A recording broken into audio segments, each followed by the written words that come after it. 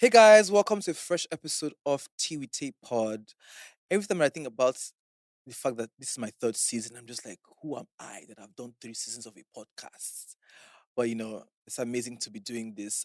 This podcast is proudly sponsored by Lipton, of course, refreshed by Lipton.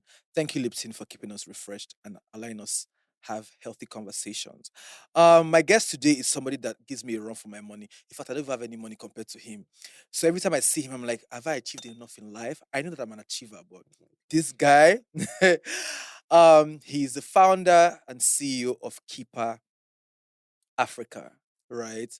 And this company is worth about $10 million. I don't know if I'm going to see that money in my lifetime, but he's sitting right beside me. So it means that, by association, maybe. Like osmosis. Please put your hands together for my guest, Kennedy Ekezie. Are you guys not happy to? Somebody will get $10 million. They don't go clap. Clap. You have $10 million. Have fun, my bro. Really good. It's so nice to be in. I was a little nervous when I was last night before I went to bed because I was looking through everyone who has done this before. I'm like, I'm an atypical guest here, but it's good to be here. It's good to be on the podcast, and I'm looking forward to our conversation. I know famous people have been on this couch. I But know. I don't think they have as much money as you. Honestly, I don't know. I know you're famous for doing great things. I Yeah. mean, Kippa is known for offering digital solutions to small businesses, right? Yeah. So I mean, you're famous for that. Yeah, I mean, it's an honor. I feel like I'm sitting in, walking in big shoes, but for me, sitting in a big couch, Yeah. where great people have been. So for sure. One thing that always is at the back of my mind every time I talk to you is your age, right? And you know that they say age is just a number, but please, this is your own number. Because I'm an achiever, right? I'd like to think that, I decided doing things early, I I went to school on time, I got out on time, and I'm here right now. But every time I look at your story and your trajectory, I'm just like, wow. I was reading somewhere where I saw all the awards that she had collected from both the Queen, President Obama. And I'm just like, this nigga. It's a lot of times those things tend to stick out, and I feel very grateful for them. But I think a lot of people actually don't feel like I'm 25. Like, I feel like I've lived multiple lives in a very short time. But I mean, from talking to you, similarly, I also had a very early start. Was homeschooled by my mom the first 3 years of my life. So a lot of like the kindergartens, things normal kids would tend to do. Um, I sort of had the opportunity to skip through that and went straight to nursery school. I skipped one class in primary school, and then I redid a class in secondary school because I changed schools, and maybe that's a story we'll get into. So I sort of evened that out, but I don't know. Maybe it's just a thing that comes to being the first son of your parents in an Igbo household, like moving quickly and feeling like you have to do things very early. My first question was going to be what your background was like, but you've also given me like a hint of that. But I really want to know, I mean, what kind of childhood and background will form such a solid person that understands what they're going to at this age? I'm curious.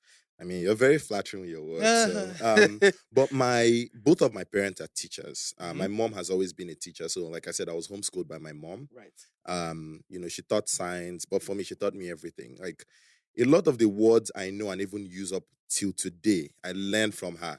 Even when I text her on WhatsApp, I learn new words from just talking to her. Right. Because she reads a lot of books and sort of sowed that in us very early.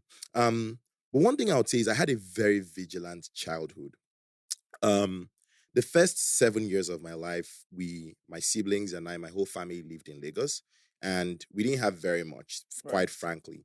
And I observed how social interactions with neighbors, when you're at parties, how they differed for my siblings and I versus children of people who had more, for example. Right.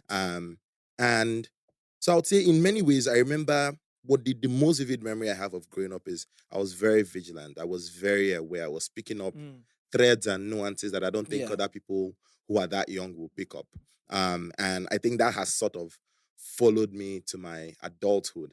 And in many ways, there's just the technical term for it, the philosophical term is epistemic loneliness. So it is like in your head, you have an idea of the world that you think no one else understands but you. And that you've come up with that. You have a perception of the world that no one else sees.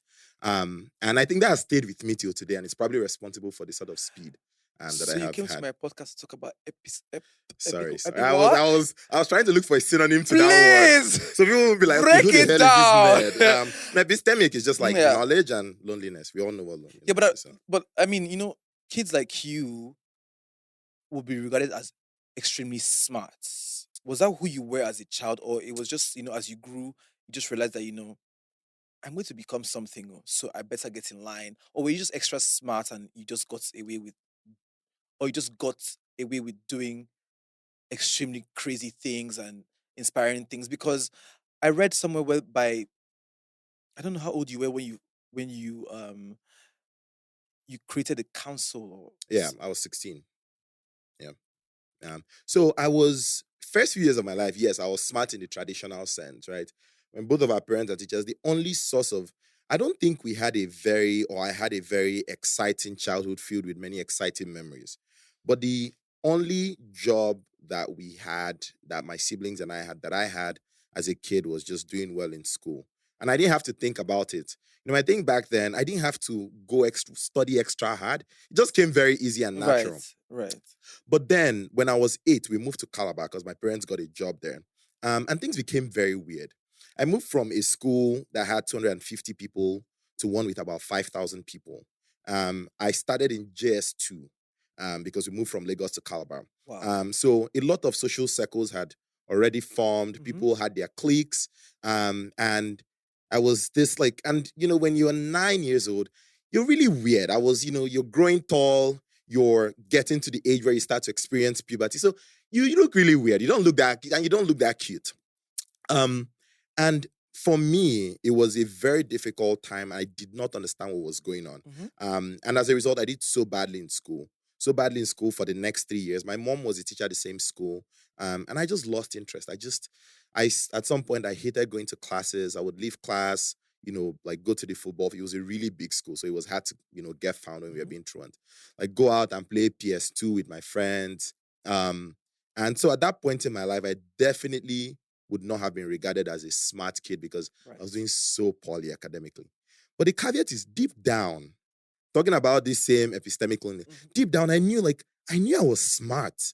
I knew there was something about me, but I didn't have any evidence. Like there was no way for me because what else? How would you show you're smart? You're doing well, you're doing poorly at school, you're not that great at sports. I wasn't really great at anything for a 3-year period. So it definitely has not been the case that it's been a straightforward journey of rosiness. It's been up and down, and I really don't know where it's going to go from here. But would you say that your parents created an enabling environment for you to become this person? Because it's one thing to be smart and have great ideas as a child, but it's another thing for you to parents to notice it quickly and create like the ambience that will allow you to thrive in the way that you did, even as far as creating the council for women rights at 16. Yeah. So you must have had like maybe good parents or guardians who would just always want to spoil you to do more. Because if you went to your parents with that kind of idea at 16, they're either gonna say that's not gonna happen or you should do Yeah, no, it. the cool thing is I never had to even go to my parents. They trained us in such a way that I did not have to go to them to validate ideas or get validation for things because no, you're right on that point. The most important things that beyond being teachers and my mom especially being very strict with how we studied and how I grew up, there was the most important thing that my parents bequeathed me with was just that quality of you have to know yourself, right? You don't come from very much. So it's really all on you. And it's all on you means you can't do the things everyone is doing. You almost have to make decisions for yourself, right? You have to understand that if, you know, other kids are doing XYZ, you have to think about that. Can I really afford to do this? If this goes wrong, can I really afford that? Right. And for me, that's the seed of just know yourself, know who you are, and that was the most important thing, honestly. It's a You thing can't where be your parents stupid. will say, know yourself. No, yeah, exactly. You can't be foolish in that Yeah. sense. And that was something I saw, and I think a lot of people do not have enough of today. And it's cute when you're young, but as you grow older, it becomes a crisis. Right. Yeah, and I think we're seeing that crisis playing out in many ways today. Yeah. Yeah. But beyond your parents and all the good advice that they gave you, what would you say were your influences at that age, especially your teens, like your early teens? Like, Um, was it from things that you watched or you read? I know that you probably read a lot, but like, what would you say were your major influences at that time? my major influences were my friends, like the fellow idiots I hung out with. We all were idiots in our own ways, right? I mean, we did read, but we played a lot. You did. Yes, we played quite a lot. Especially in the, my adolescent age and like early teens, we played quite a lot. We did a lot of, mischievous things. Um, so we moved into this area where a lot of construction was happening. Mm-hmm. And so for like a 3-year period, our thing was doing backflips from uncompleted buildings, going to the top was just, it was like parkour, but we weren't trained for that. I broke my ankles, I broke my wrist so many times playing stupid sports, Eh? and not even sports, for nothing. Then I'll come and my parents are like, well, you have to deal with it. And then we use a boniki balm and massage. They're like, no, we're not going to the doctor. We'll do this at home. Hot water, Wow. a boniki balm, we'll straighten it out. Mm. I'm yelling, crying through my teeth. It's like, well, you deserve it. And then when it heals, I go back and do the same stupid things. So my influences were my friends around me. And it was in such a way that my neighbors, literally, like if you count 20 houses out, at least 10 of them, we all went to the same school. We all lived in the same area. And so we spent most of our lives together. Those were my biggest influences directly in those years of my life, for sure.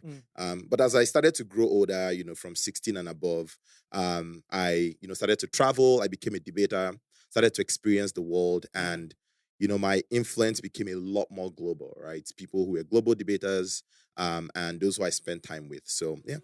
Hey guys, we're gonna get back to the show in a bit, but please, I beg in the name of God, for this show to grow, you need to subscribe to this show. Please tell your friends to tell their friends to subscribe, and that's the only way we can keep inviting our superstar guests that come on the show. Thank you so much. Please subscribe. Click the button now. So I'm curious about women's rights. You at 16 forming a council that will fight for women's rights. Why? So the story is this. When I got into Unical, University of Calabat, when I was 16, and the first thing I did was enroll in the debate society there.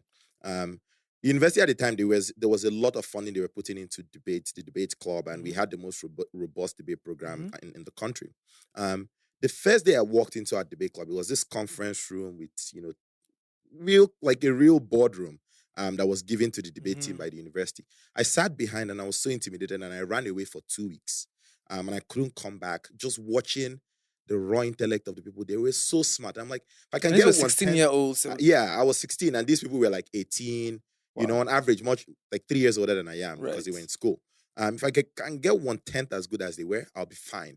And so I went away for 2 weeks. I bought this book called The Art of Public Speaking by Dale Carnegie. And I read it cover to cover like 5 times. Then after that 2-week period, I mustered enough courage to come back into the room and sit down in one tiny corner and watch people do their thing. And then slowly, I'll go up to the podium, participate in practice sessions. And after a while, I took it so seriously. I was obsessed with it for a long while, and I became really good at it. So I would make the university's team that year and 3 times that year, and ultimately, like, just go on to do really well at debate. I was national, the best speaker in the country twice. At that This time, country. or in Nigeria, the best competitive debater. But that's not the point. I'm trying to tie this back to the question you asked. When my debate partners and I go for debate tournaments across the world, the first time I got on a plane was because of debate. The first time I traveled outside of Nigeria was because of debate. When we go to all these places and we're in debate rooms, we're with all these fancy intellectuals and we're talking about things like feminism, and social rights. And that's so strange to us because when we leave those rooms and we come back out in the It's streets, different. Yeah. as things there. So in that time, it was probably a new concept to you because this was, let's say, 10 years ago. Yeah, Or yeah, 8. yeah. Yeah. 10 years ago, on average. And that time it wasn't even popular. At all, at Right. all. At least also not for me and not for Right. people Right.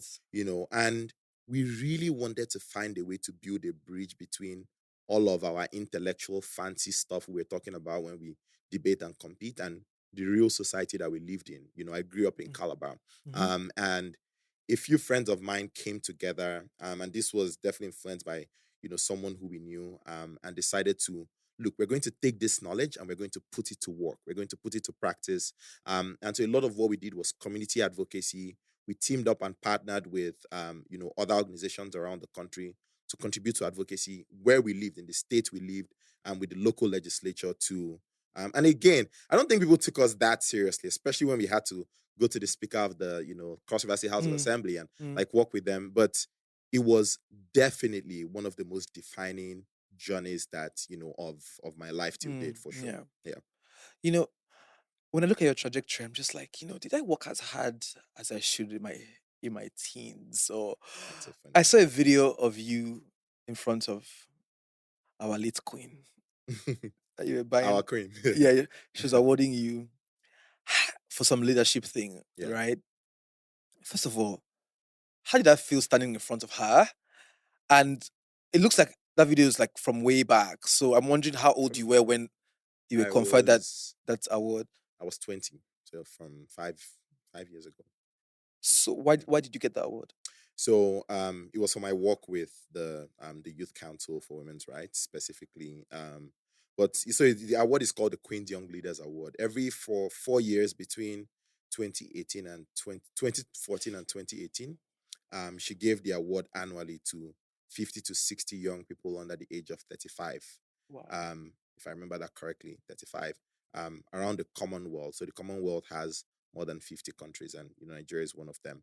And so the final year ever that the award was going to be given out, just in 2018, I was one of the winners of the award. And it's simply for people who are doing things like contributing to peace and prosperity in the countries where they come from. How did it feel? It was I found out I got in December of 2017, and I received the award at Buckingham Palace in June of 2018. So we had sort of 6 months to process it.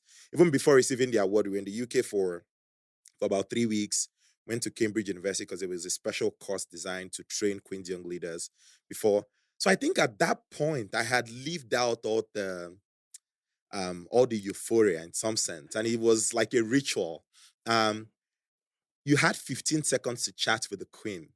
When you said there was, this whole thing. What would you tell her in 15 seconds? I don't remember what I told her, and I wish I actually took note of it. Hi, Granny. But her palace staff, there was a room where they had to train each and every one of us. When you go, this is how you bow. For women, this is how you curtsy. I forgot to do the bow. Like, you're supposed to bow when you meet her, and then bow when you're walking away. I did one, I didn't do the other, but I think it was fine. So you had 15 minutes, and a lot of people. When you get the award, you walk down into this other room where she takes like official photographs with her family and everything, to take a photograph with her when she's done. When I collected the award and I walked in there, everyone who had gone before me to take the award was like on the floor, like bawling, crying, because it was so emotional. I'm like, guys, why are you being dramatic? But I actually realized for them, that was them experiencing the euphoria. And maybe I just, lived mine out. Because you knew before. Yeah. So I really did not experience it as much in the moment. But it was very sweet. She, was a very sweet old woman. She's like a grandma. That's what she was. She was 93. So it was wonderful. So at that point where you're 20 years old and the Queen of England is conferring a title or an award to you, what is going on through your mind as a 20-year-old who, you're doing good work, right? Yeah.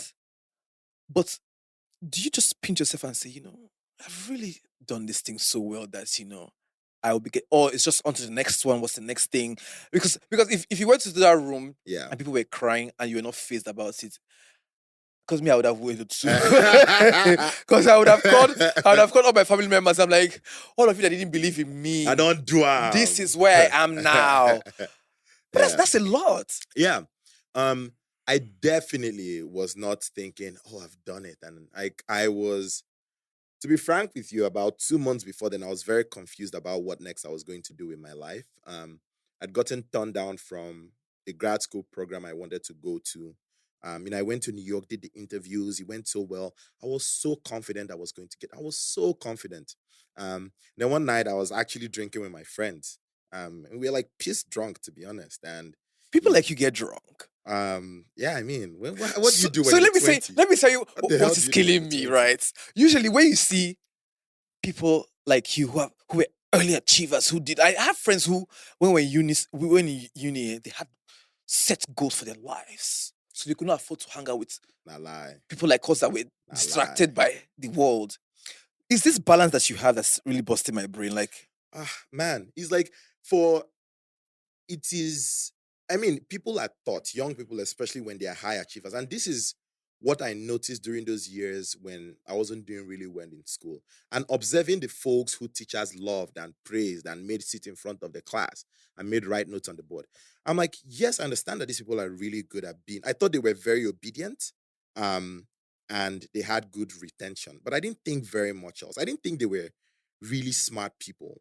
Um, and I think a lot of times that's what passes off as, being smart. You have to be Smart. uptight, you have to be obedient, you have to, and that's the smoke, but that's not the fire. Oosh. That's definitely not the fire. And for me, I think that word I used, epistemic loneliness, it really allowed me understand who am I? What are the things I need to do? And what are the things I do not need to do too? And so those, no, that's not me. That's Yeah, not me. because as young people in Nigerian school systems, we're not even trained to be introspective. We don't even know who we are. We're just trained to pass exams and Yeah. everything. And as a child, when you try to step out of that structure, Yeah. it's a problem. Yeah.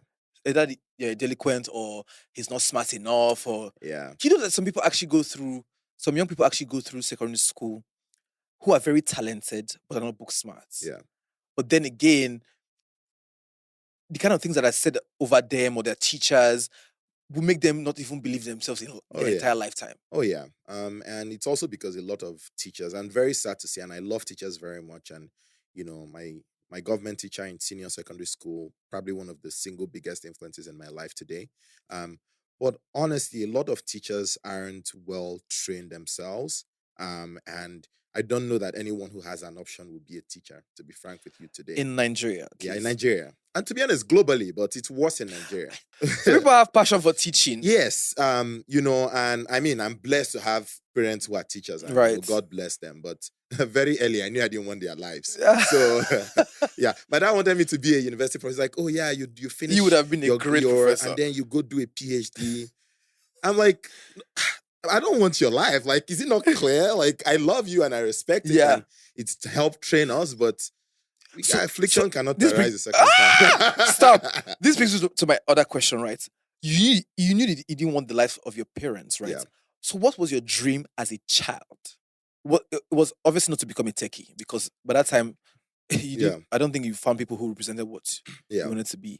The earliest career path I know, I wanted to be a pastor. That was the first thing. Oh, Kennedy, please, I beg. God, I promise. Don't take me to church. You know me, I'm a deacon. I beg. I promise. I wanted to be a pastor. When I walk in the street and I see, posters of pastors, I was in awe of it. I'll stand, I'll look at it, under the right, Jesus is Lord. I'm like, and then 3 exclamation marks. Oh, I was fascinated by things like that. And then after a while, I didn't really want to be a pastor anymore. Now I wanted to be a footballer. And that's when I started to watch like the Super Eagles. And for me, I think connecting the dots is I've always been in awe of people who can command the attention of others. Not just command attention, but almost wield influence by being so good at what they do with their words, with their skills. And, I've been very fascinated by that. But beyond that, I didn't know what I wanted. I've never had honestly, even till today, I don't know what I'll be doing when I'm 40. But I don't think that's the point. I don't think we should try to fixate ourselves on this is the specific thing I want to do. What we should spend a lot more time working on is I need to listen to my spirit and follow the instructions that I'm getting, right? If you need to do something today and do it really well, tomorrow will take care of itself. And the worst spate of anxiety I've had is when I try to play God by figuring out what I'll be doing in 2 years, controlling what I'm going to be doing tomorrow. It's like all you end up with is anxiety and not that much result. And what will happen will still happen anyways. Of course, this is not a call to, just soft life. And no, absolutely not. But take responsibility, spend enough time in your own solitude so you actually know what you want. And when you know what you want, you can't mistake it because you're not drowned out by noise that comes in from other. That's honestly, that's been for a very, very, very long while. As far back as I know, I promise. So yeah. Pastor Kennedy, you're preaching. Maybe I should go back to PK. that. It's in my future. It's in my future. I see it. I see it coming. Future. You have a big audience listening to you. But speaking about listening to yourself, right? Because I know before now, when I called you a tech bro, you're like, I'm not really a tech bro. This is Yeah. what I thought about you. Yeah. I thought that, you had done some coding classes, all of those things that tech people do with their laptops, and finally decided that, you know what, I'm going to start a company. But you told me you were working at TikTok Yeah. before now. Yeah. How does somebody who was working at TikTok shift from that space and goes to be a founder of a tech company? Yeah. And by the way, you were in Beijing or I was in somewhere Beijing. Yeah. working as the only black person in TikTok? I'm one of 3 Africans at the global HQ. Please Yeah. tell me about that experience. So And even China, please. yeah. So I lived in China for 2 years, from 2018 to 2020. I ultimately Please, went to grad sorry, school, how did you go from Calabar to to yeah. getting conferred with an award by the Queen and Yeah. China? Yeah. Okay. Let me just connect that dot. So I Yes. graduated from Unical in December of 2017. Mm-hmm. That's when I handed my thesis in and everything. And I spent the next 6 months after that working at a firm here in Lagos. I moved from Calabar to Lagos. And so exactly a month after I received the award from the Queen, 2 months, received the award in June, and I moved to Beijing in August. So I got into a grad school program that's funded by not just the Chinese government, but the founders of, you know, 3 of the top tech companies in China. And is a very global program. It's called the Yenching Scholars Program, and it's designed to attract the best graduates from across the world, bring them to China. Again, China is really trying to position itself as a global Mm-hmm. power and immerse these future leaders in China, its history, its politics, for them to truly understand it. And as they go back and work in their countries, and they can build bridges between, in my case, Nigeria and China in the future. Right. So for me, that was why I said yes to going to the program. And no Nigerian graduate had been at the program before me. I was the first one selected. The Why? way I thought about why, I'm not sure why. I was in the 4th cohort, so it was relatively early. The Right, program, right, so maybe right. that's why. But I also thought it could be a way to actually create more visibility and recruit more people from here into the program, which successfully happened, by the way. Um, and because the program is so prestigious, it's at China's top university. Although there's a sister university that would argue otherwise, but it's at China's top university. And so the best employers come there to try to recruit. Within this China's best university, the program is like the cream de la cream. Local students want to get into it. Right. So we used to have recruiters and firms come almost every day. So ByteDance, which is the parent company of TikTok, came to recruit. They had gotten approval for a budget internally to try to expand the product to Africa. And this was in November of 2018. I think they saw how well IG and Co were doing. And so I joined their team Right. there, and, was there till 2019, before I moved back to Nigeria. So you're the Nigerian guy at TikTok. Yes, precisely. I was the only Nigerian at TikTok. So what kind of work were you guys doing for the Nigerian space? Oh, so it was a small team of about 8 people. Right. And between those 8 people, you had to do everything. It was like working at a startup in a startup, right? So a lot of it was, in the early days, was content direction. So recruiting local influencers. The work was very manual and dirty. Reaching out to theater art students at Unilag, the ones who look good. It was specific things like, oh, Temisan, this is your yellow shirt. It's not good against this background. Change to white. Create content, add more light. We do things like send them MTN airtime from Beijing to create content to no lie. yes, because we were trying to create more content, more local content on the app. Right. Most of the challenges were from the US and the UK, China itself, and it wasn't really resonating. You know what was funny? Around that time, they reached out to me Really? that I should come. I said, "What kind of app with this I mean, Chinese maybe app?" I was even the one who It was not behind you, but it. somebody had reached out to me that there was a new app coming that they were going to. So my thing, money is always a part of my. Paramount. So they said, I could say, okay, are you guys going to pay me money? They say, oh no, but they're going to verify me immediately. Yeah. Can you come? Yeah. I just never agreed. I didn't know that TikTok was going to blow up during the lockdown. Yeah, we have 500 Yeah. million users in other parts of the world, even as at then, but not just in Africa. Right. So it was almost a no-brainer it would do really well. It was just about, can we create enough content locally that would appeal to the local audience? And 5 years later, the answer to that is a clear yes. So I'm sorry. I mean, it's a success. I Yeah. cannot lie. When did the idea of Kippa come? Because I always assumed that you were a tech bro, as I said, like Yeah. you were always in tech, and only for you to tell me that night that, guy, this was just Yeah. me trying to find a solution to something. Oh yeah. How did Kippa come about? Well, so when I moved back to Nigeria from China in early 2020, I Wait, made it. why did you move back? So the pandemic started. I was going to graduate in a few months anyways, Right. so couldn't really. So you didn't want to keep the job in China? No, I already left before all of that. I knew I was not going to be at TikTok. I had to complete my thesis and Right. Right. graduate and all of that. Right. So when I moved back in early 2020, I made a decision that I was going to be an entrepreneur, because it was also that phase where I was, trying to play God by figuring out what am I going to do next. I started thinking about what I'll do after grad school from the day I got into grad school. I started networking with recruiters, and I'm not going to enjoy this experience if I am worried about what I'll do in 2 years, when what I got today that I've been worrying about for the past 2 years, I can't even enjoy it. And I think that's most people. Mm. So the decision I made was I was going to be an entrepreneur. And how I got to that decision was I looked at all my peers who were around me, who I really admired, who I thought were intelligent, not in the suit and tie type of way. And most of them were starting companies. And so I decided I was going to be an entrepreneur. And I moved back. The pandemic was going to, start, saw the very early signs. And my co-founders and I, we moved to Akwa Ibom.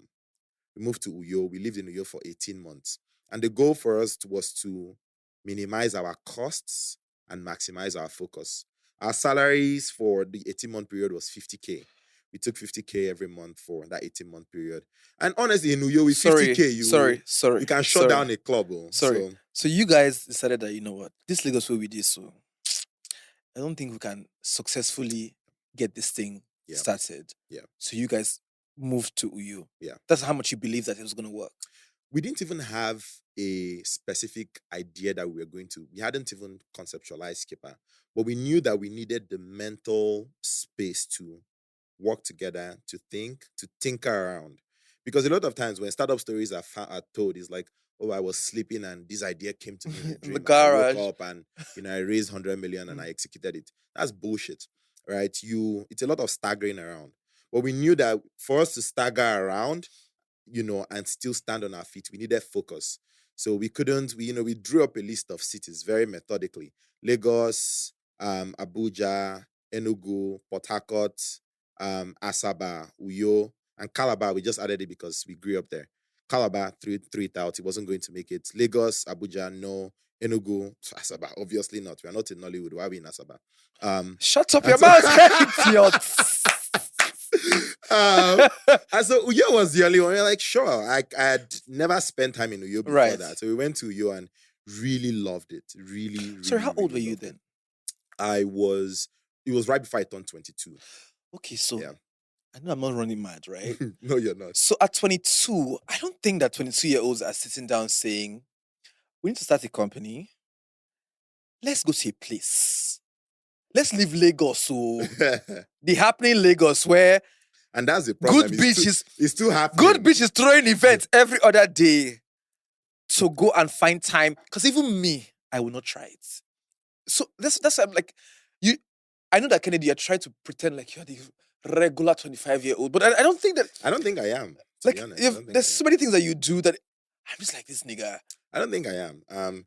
I mean, for honestly, and you did that with your brother. With my brother, yeah. We wouldn't have been able to afford to go to Good Beach every Sunday for very long, right? So you have to make a decision.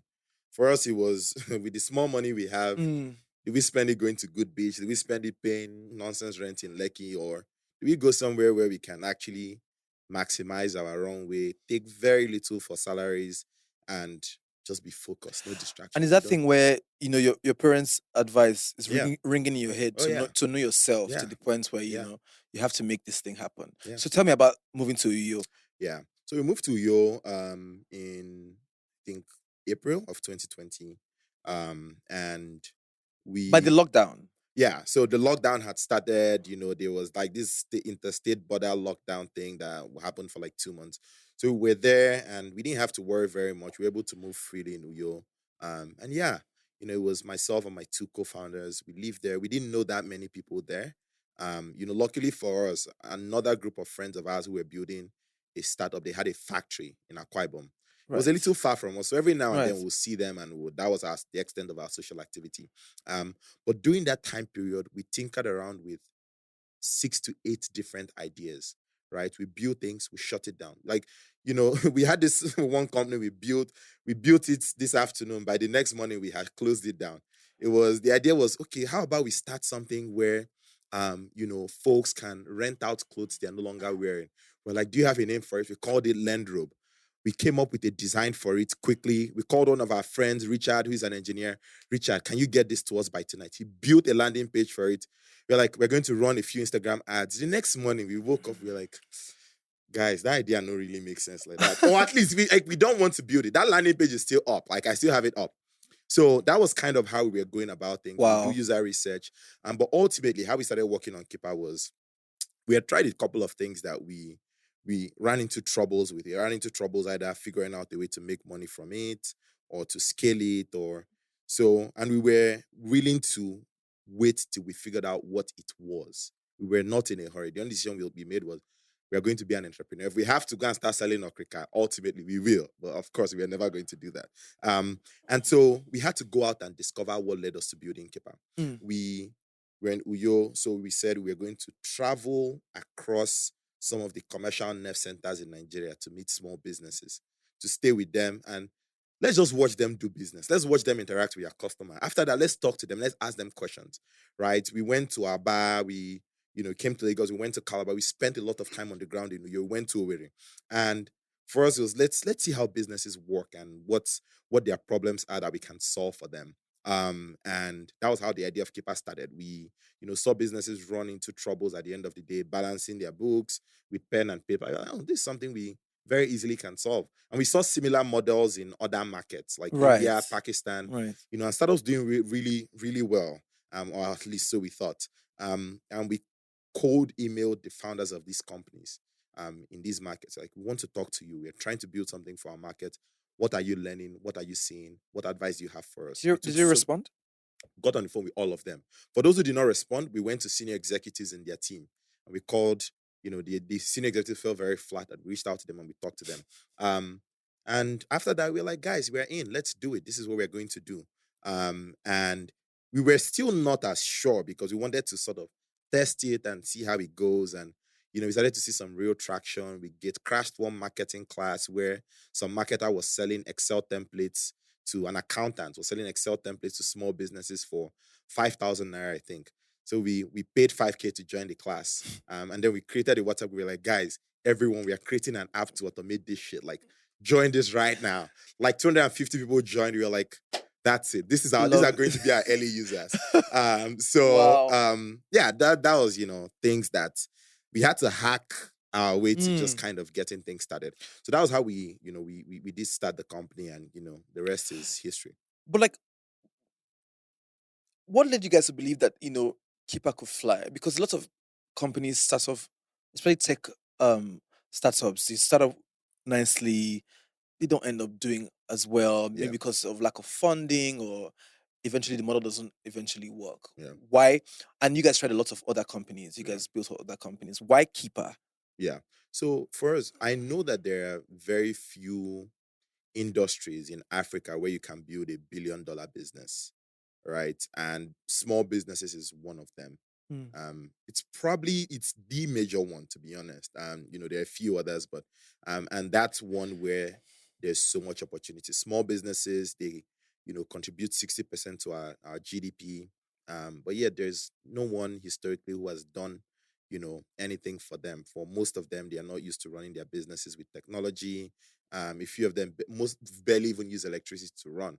How much more technology? And so what we knew, at least philosophically, was whoever at in the long term is going to be able to build for small businesses and crack that market will do really well and will make a lot of money doing that. And so for us, it's okay. We're going to throw our hat in the ring and sort of Mm. go forward with this. One thing I must say is for every founder, the best, most successful founders I know, they have an insane amount of paranoia, right? Which is this is going to fail. Their companies may be making billions of dollars in revenue, but they still have that paranoia. And so I still do. I still have that paranoia, like, but of course, it's healthy. It's necessary for you to make good decisions and, keep questioning yourself so you stagger into the next phase of what's possible. Mm. Yeah. Great. So if you're going to explain Kippa to a 5-year-old, like Yeah. if you're going to explain Yeah. the entirety of Kippa, Wow. That's a please explain it challenge. to this 5-year-old. Yeah. So we provide businesses with accounting and payment software to keep track of their finances and collect payments from their customers so that they can run profitably and sustainably. Most small businesses, 95% of small businesses die in the first 5 years because of improper books. It creates things like employee theft, right? People are stealing money you do not know. So what we did was we built a solution that allows businesses track how much money is going in and coming out of their business and show it to them in a very simple way, and allows them, collect more payments from customers. So that's what the product is. Amazing. So fast forward to the 10M. I've been waiting for this part since. Because every time I think about the amount of funding that you guys raised, right? By 2020, you guys were young boys figuring out your lives in Yeah. New York. Yeah. And in a few years, you guys found a company and it's doing $10 million in terms of like, do you guys call it revenue or Funding. Yeah. Right. But did you get the $10 million at once, or it was No, it over was time? across different rounds, but How much work do you have to do to get $10 million in funding? Fundraising is a horrible process, and I don't wish it on anyone. And it's horrible not just because you have to spend a lot of time saying the same things to people like 70 to 100 times each round of fundraising you go through. And you're going to get a shit ton of no's, and few yeses. Um, it's also exhausting because you're getting a lot of conflicting feedback, sometimes from people who are not being very honest for why they say no. Sometimes people just, I don't think you can do this. So they'll say no, but they give you feedback. Oh, I don't think your market is blah, blah, blah, or I don't think the product is.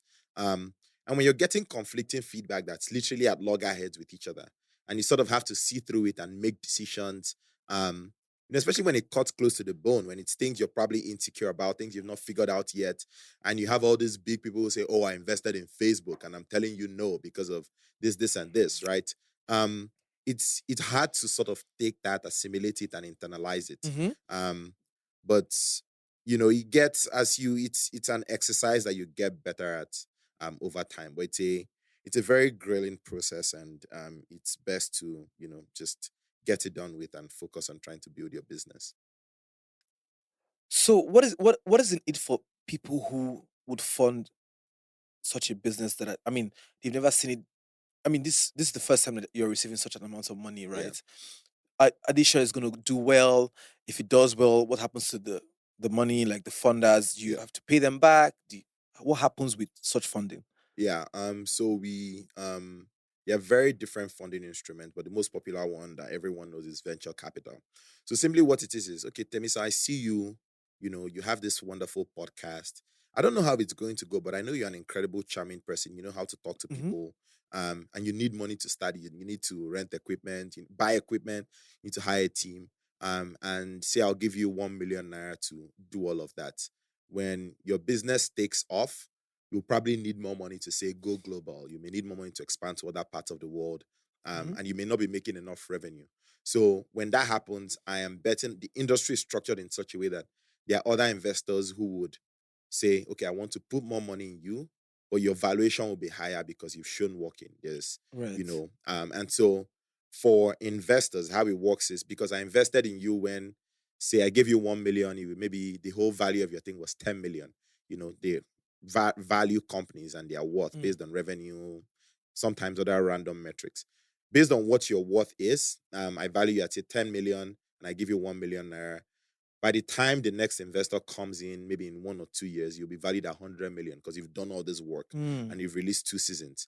So technically, I've made 10 times more of my money. Right. Because I can now sell my shares to that investor. And so that's how it works. Right. Right. Yeah, that's how the venture capital game works. So most investments fail, most of them.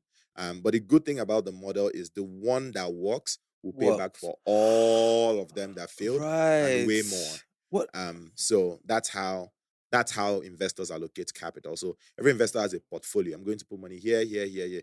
I mean, it's like you, right? If you have a podcast, if you have, you're an influencer, you're a model, okay, if I have 10 million, I would allocate it to all these 4 things I'm doing. Maybe 3 of them will fail, but when this one works, it will make me back all the money. That's how venture capital works. Modeling field for me, Shaba. Yeah, but it's so interesting. So now fast forward to you having this amount of money to fund your business, right? Kippa Africa, you guys launched it in Lagos, right? It's in New York. Also started in New York, right? No, I'm saying like officially you guys established like offices. Yeah. So we're headquartered here in Lagos. Yeah. Right. Yeah. How's that going? Going really well. We've grown pretty quickly since we launched. We have a full-time staff team of 55 people. And before, we've employed people from the US, and we have an employee in India, employ folks from Egypt, and sort of across the world. So you are CEO over 50-something people. Yeah. I have barely 5. And I'm losing it. One is directly across me, and she knows why I'm losing it. You know, see my dada. How are you able to manage 50 people? Because also, like, the kind of services that you guys offer, right? Yeah. It means that if the app you guys have an app, right? Yeah. If the app is down or anything is happening, it's on you to make sure that everything is working from every department. It's on the business. Yeah. It's on to oversee all of that.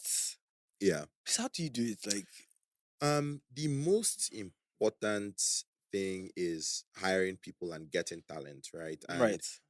Over the past 6 months, I've spent time investing in strengthening our manager bench, and it's still an ongoing area of concern for not just me, but honestly any CEO out there.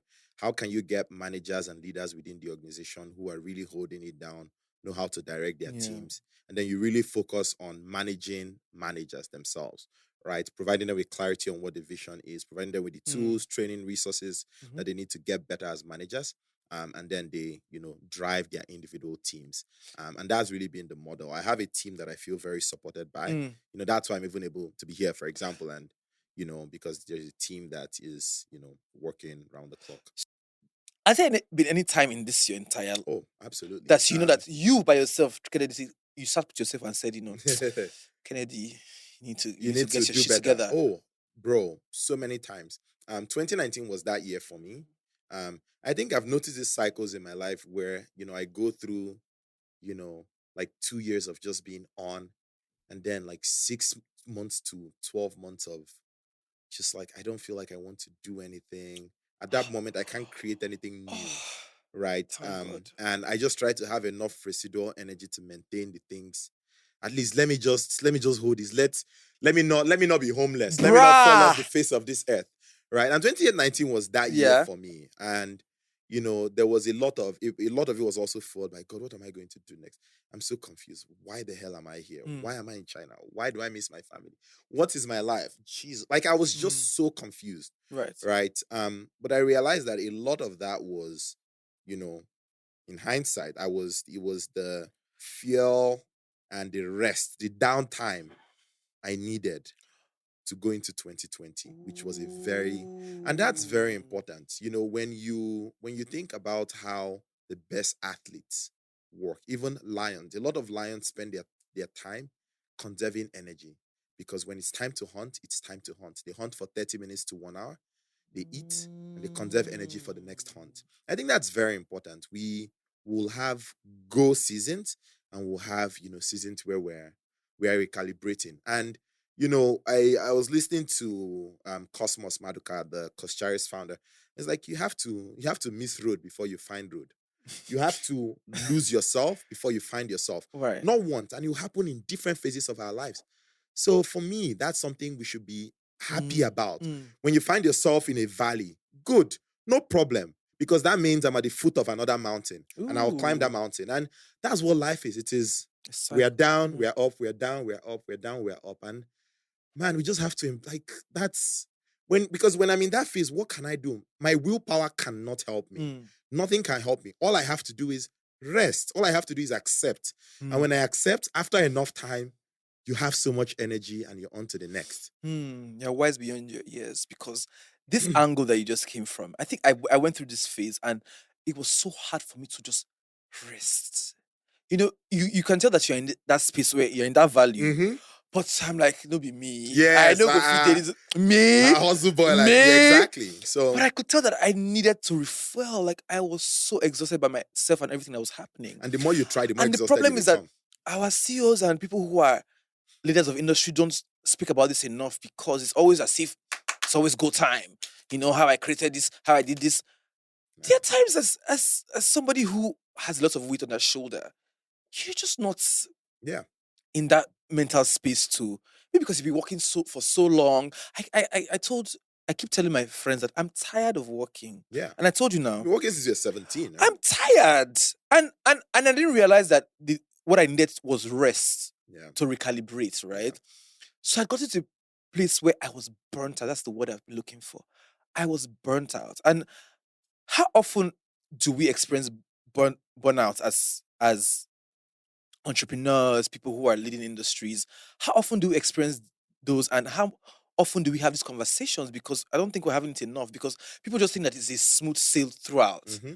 But we have to get to a place where you're like, you know what, you need to rest. Yeah. And I feel like it's in that resting season that's where you now find the next move, Oh, yeah. the next. Oh, yeah. I usually advise people to pray about it. Yeah. What is your own advice for people when they're in those seasons? Don't try to fight with yourself. I definitely do. I'm a big fan of prayer, Mm, whatever that looks like for people. Whether it's meditation, sitting right, down with your eyes closed, right. not worrying about confronting your thoughts. Just allow them, observe your thoughts flow through you. Give your body the rest it needs, and then do normal mundane things. A lot of times, burnout is psychological, right? If you're a bricklayer, no disrespect to bricklayers, I think they do really impressive work, right? And you're laying bricks, it's not that much mental work. It's muscle memory. Mm-hmm. You probably won't get burnt out from laying bricks, right? You get tired, but you probably won't get burnt out, right? Right. Because a lot of times, Mentally. yes, the Right. burnout that we suffer from that keeps us in our bed for 3 months. That's not physical tiredness from laying bricks. That is mental. And just allow yourself recover. And you have to treat your mind like your body. So yeah, I mean, we've had a long, lengthy conversation that will inspire all the tech bros, the young people. Kennedy is a force, right? But I imagine that when you were growing up, you had lofty ideas of what your life would be, and we can safely say that you're successful right now, right? But is this what you imagined that your life was going to become? And now that you're here, like, how does it feel really? Yeah. I think my life is still unfolding in many ways. So far, I I mean, I knew that I was going to do really good things with my life. Because I've always known that God put me here to do great things. Mhm. And how does it feel? I am definitely unlearning a lot of the preconceived notions I had about what it means to be to be here. Um, and one of that is, growing up with not that much, you have a very lofty idea and you hold in too high of an esteem what it means to have resources to do basic things.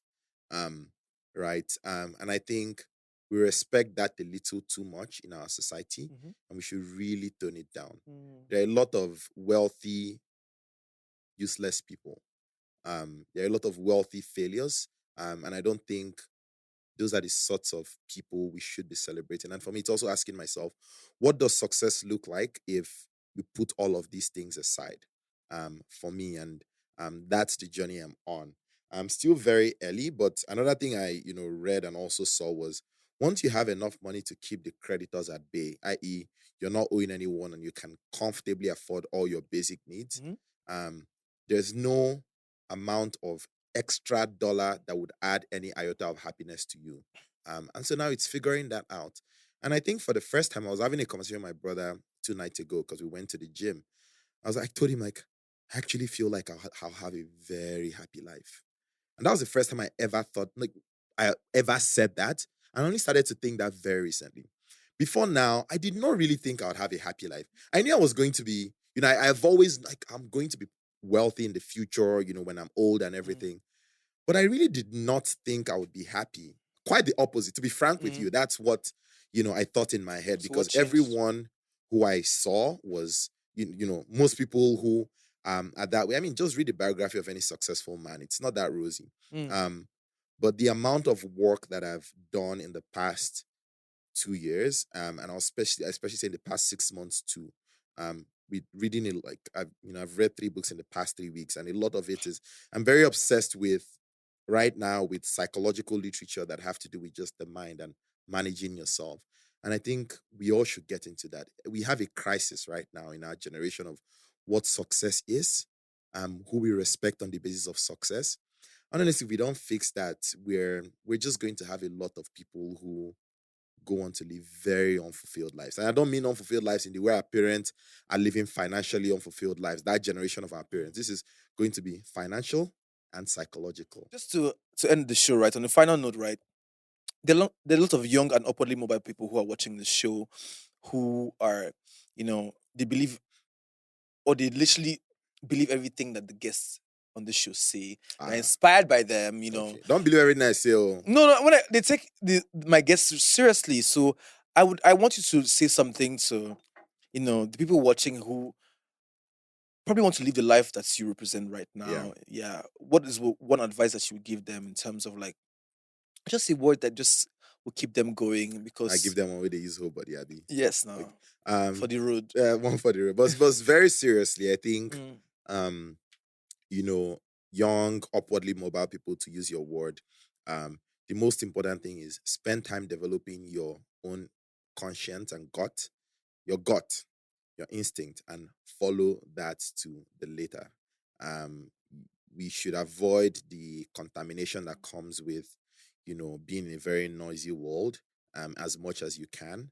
And give yourself the sort of advice your mother, if you have a loving mother, that is, your loving mother will give to you. Make sure that voice is almost always in your head with the actions you take, with the decisions you make, the things mhm. you do. Um, and now I really see why our parents tell us remember where you come from, All right? right. And a lot of times remembering where you come from is not a physical space, it's not a home, it's here, right? What does this person inside here want? And do those things that help you, that don't do things because they make you popular with the people around you. And more practically, right? Let's learn skills, learn digital skills, improve yourself.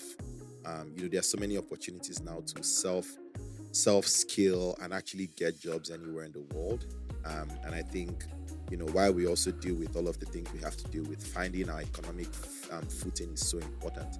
So learn digital skills, learn how to code, learn how to speak simple, English, do that well, learn how to do simple math, use a computer because many people actually can't.